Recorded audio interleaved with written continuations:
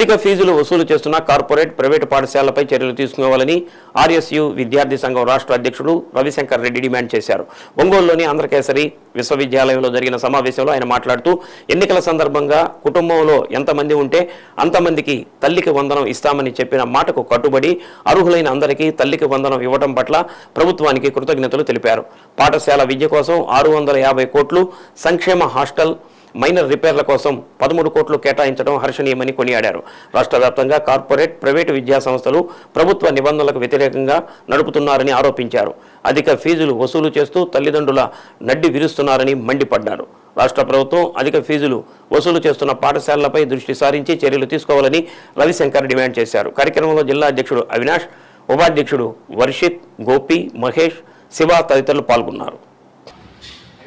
ఈరోజు ఎన్నికల సందర్భంగా ఇచ్చినటువంటి తల్లికి వందనం విజయవంతంగా పూర్తి చేసినందుకు కూటమి ప్రభుత్వానికి రెవల్యూషన్ స్టూడెంట్స్ యూనియన్ ఆంధ్రప్రదేశ్ రాష్ట్ర కమిటీ ప్రకాశం జిల్లా కమిటీ కృతజ్ఞతలు తెలుపుతారు. అట్లాగే ఈరోజు ఎప్పుడు లేని విధంగా విద్యా సంవత్సరం కంటే ముందు పాఠశాల విద్యకు 650 కోట్లు కేటాయించిన విద్యాశాఖ మంత్రి లోకేష్ గారికి కృతజ్ఞతలు తెలుపుతా ఉన్నాం. అట్లాగే సంక్షేమ హాస్టల్లో మైనర్ రిపేర్స్ కోసం, ఎందుకంటే ఎన్నో సంవత్సరాలుగా ₹1 కూడా ఏ ప్రభుత్వం గతంలో ఉన్నప్పుడు ₹1 కేటాయించే సందర్భం.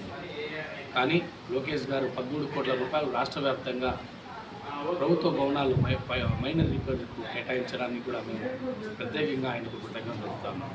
అట్లాగే ఈరోజు కార్పొరేట్ భూతం రాష్ట్రంలో కార్పొరేట్ విద్యా సంస్థలు ఈరోజు అట్లాగే కొన్ని ప్రైవేట్ విద్యా సంస్థలు కూడా ఈరోజు ఇష్టం వచ్చినట్టు ఫీజులను పెంచి ఈరోజు 2 లక్షల నుంచి 3 లక్షల రూపాయలు కూడా ఫీజులు వసూలు చేస్తున్నారు.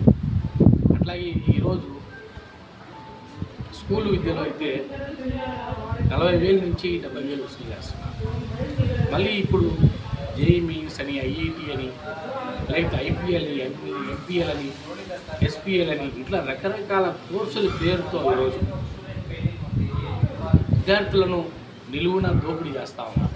కార్పొరేట్ విద్యా సంస్థలు కానీ ప్రైవేట్ విద్యా సంస్థలు కానీ ఈరోజు పిల్లలను చదివించడము తల్లిదండ్రులు భారంగా ఇబ్బంది పడాల్సిన